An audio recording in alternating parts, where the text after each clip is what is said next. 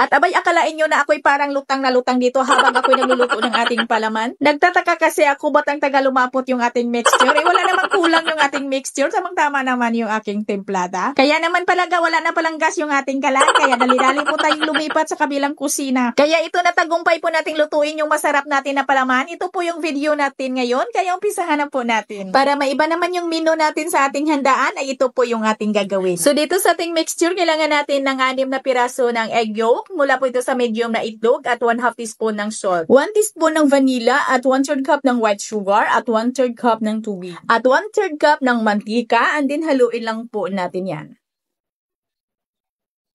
At pag natunaw na po natin yung ating mga dry ingredients, ay magsala na po tayo dito ng 1 1/2 cups ng cake flour. At 1/2 tablespoon ng ating baking powder, and then haluin lang po natin ito.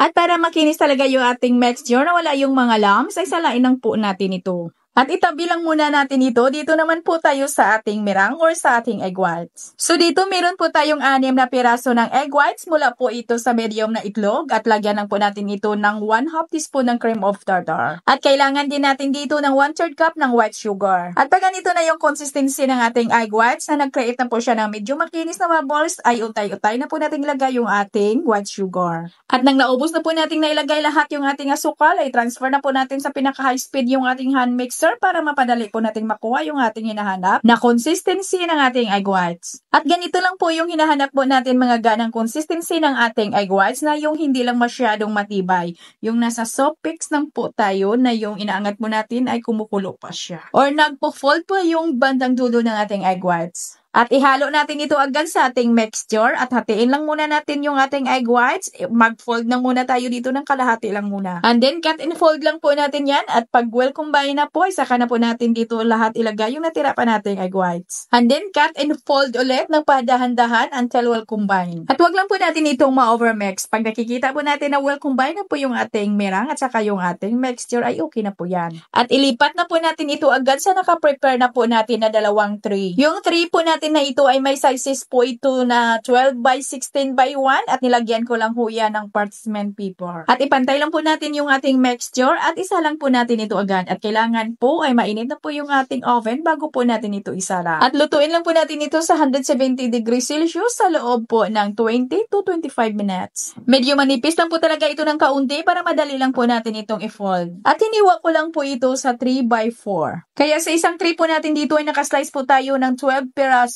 Sa dalawang tray po natin ay nakaslice po tayo lahat ng 24 pieces. Kung medyo malamig na po ito ay pwede naman natin itong hiwain agad. So dito na po tayo sa ating palaman. So dito meron po tayong 1 1/2 cups ng cornstarch, half cup ng white sugar at 1/4 teaspoon ng salt. At lagyan lang natin ito ng 1/2 tablespoon ng pineapple tang na powder. At kundi lang po talaga na food color na lemon yellow at 1 1/2 cups ng evaporated milk. At 1/2 cup ng condensed milk, and then haluin lang po natin. Tunawin muna natin yung ating cornstarch.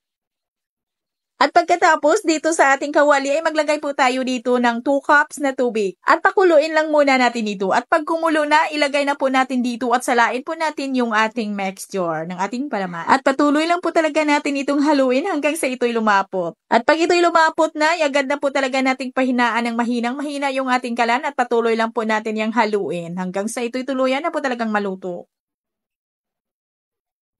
At ganito na yung consistency ng ating palaman mga ga. At kailangan po ay habang mainit pa po ito ay ilagay na po natin dito sa ating cake base. Kailangan po talaga na mainit pa po yung ating palaman ay mabilisan na po natin ditong ilagay para didikit pa po yung ating cake base dito sa ating palaman. At naglagay lang po ako dito ng pangsapin po natin mga ga na 3 ounce ng cupcake liner. Kung ikaw ay nag-bakery, pwede mo itong gawing pang-display sa iyong stante. Hindi lang po ito pang-display, pwede talaga natin itong gawing menu kung anumang okasyon. Para medyo may pagkakaiba naman. Sa ating palaman, kung ayaw nyo po ng pineapple flavor, ay pwede naman kayong gumawa dito ng plain lang at lagyan nyo lang ng powdered milk para pang flavor. At hanggang dito lang po yung ating video. Sana may natutunan. Ito pong inyong Kainday. Maraming salamat at bye-bye!